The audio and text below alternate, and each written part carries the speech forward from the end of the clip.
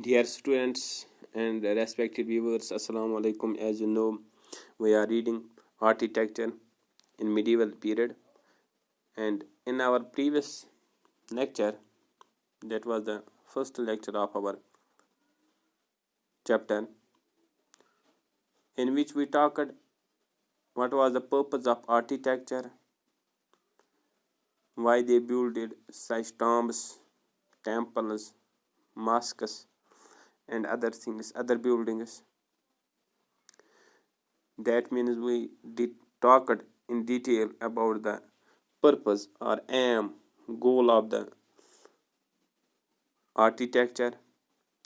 But in that lecture topic, we talked especially about the Hindu architecture, about the Hindu kings who built different temples.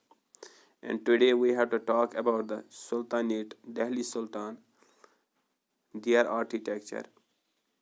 When we are talking about the Delhi Sultan, we have a chapter in which we talked in detail about the Delhi Sultan, in which we talked about the slaves, Tughlaqs, Khaljis, as well as we talked about the Suris, Ludis, all these people who came from the different places of the world, especially from the Middle East, and they ruled on the India for a large period of time. And in this period of time, they built different monuments, buildings, masjids here. And today we have to talk about them. We have also talked about the Mughals and their architecture. Today we have to talk about the architecture during the Sultanate period. As I told you, all those kings who ruled on India during the Delhi Sultan. In this topic, we will talk about the Islamic architecture. That means all those buildings which were built by the Islamic rulers, that means Muslims who came from the other places like Turkey, from Afghanistan, and they ruled over India.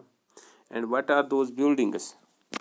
Like as masjids, tombs, forts, they have built it in India, which are still present and which still impresses us. Today we have to talk about them. Islamic architecture came to India with the arrival of Turks and Afghans, but it lost originality as it borrowed various aspects from Indian architecture. First of all, when we are talking about the Sultanate period, we talked in the previous chapter that these people were basically from the Turkey and from Afghanistan. They came India with the aim of rule and also with the aim to spread the Islam here, the religion of Islam. With the passage of time, as they were strong enough in their rule, what they did, they started building up different monuments and other buildings. Basically, they have their own architecture, they have their own style, they have their own script. But this also intermingled with the Indian architecture, or they borrowed various aspects from the Indian architecture. For example, courtyards surrounded by stone pillars at equal distance, balconies and decorations. This means these were the designs, or these were the architectural designs of ancient Indian architecture. And that means Delhi Sultan, they also followed it. That is why we say that this has lost its originality. And now they introduced new style of buildings. That means what was the new style of buildings? That they introduced domes with true arc. Now, presently, if we are talking about before of 1,000 years, but presently we also see in our homes and in new buildings, in complexes, we are seeing this arc type buildings, as well as we have also wooden in our homes arcs, right? Geometrical motifs, mosques and minarets. These were the new styles which were introduced by these sultans, and Quranic verses of Quran were engraved on most of the buildings. These type of buildings cropped up as the time progressed. That means as they stayed here, they ruled.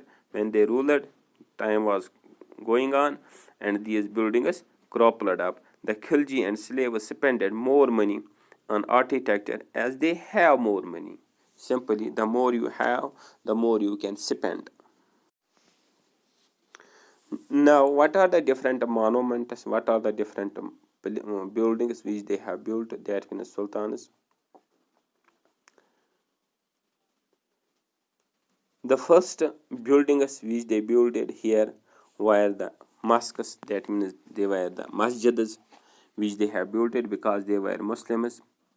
In common sense, whenever there is a new society or new colony in our village, in our towns, if they are not more than 10 householders, they first build a masjid there.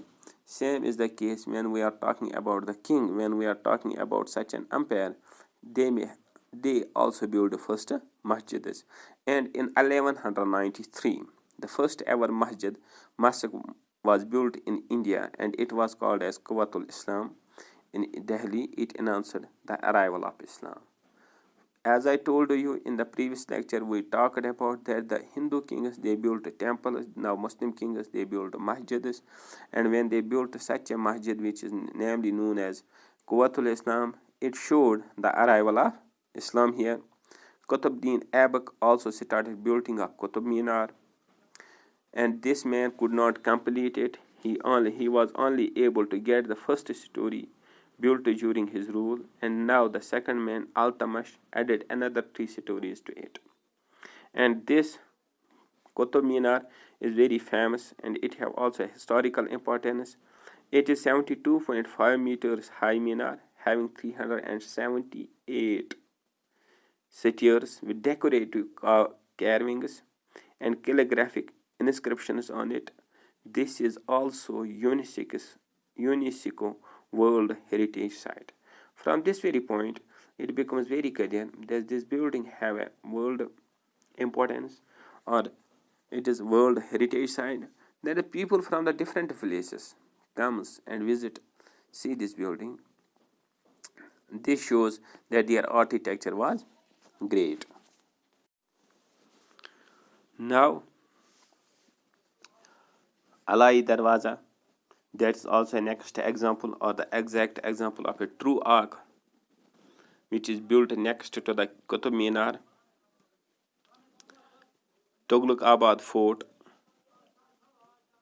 having tomb of Ghiyasuddin Tughlaq.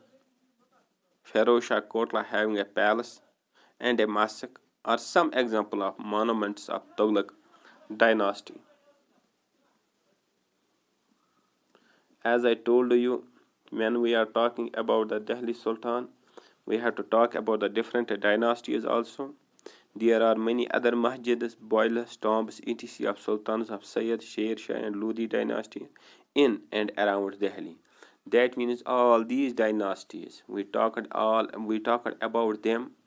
We talked the buildings, the monuments which were built by the Delhi Sultanate here in India, like as Quwwatul Islam Masjid, Qutb Minar, Alai Darwaza,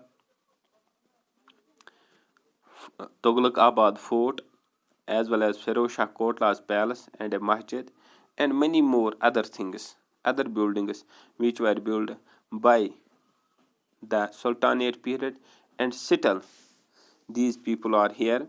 These buildings recall the memories of Sultanate period. Now we have to talk about the architecture during the medieval period, Mughal period. The architecture of Mughal period still impresses us. It is very common, and you people may have also seen the Mughal gardens. That is also an example. Mughals could pay more attention as they had stable kingdom. They did not have to pay much attention to retaining and acquiring kingdom. As I told you, we have read in the about the Mughals that Akbar has ruled India for 50 years. Then Aurangzeb also, Shah Jahan, and other kings, Shah Jahan and Jahangir. These people ruled India, and their government was stable. They were good in power, and not only this, they were able to get the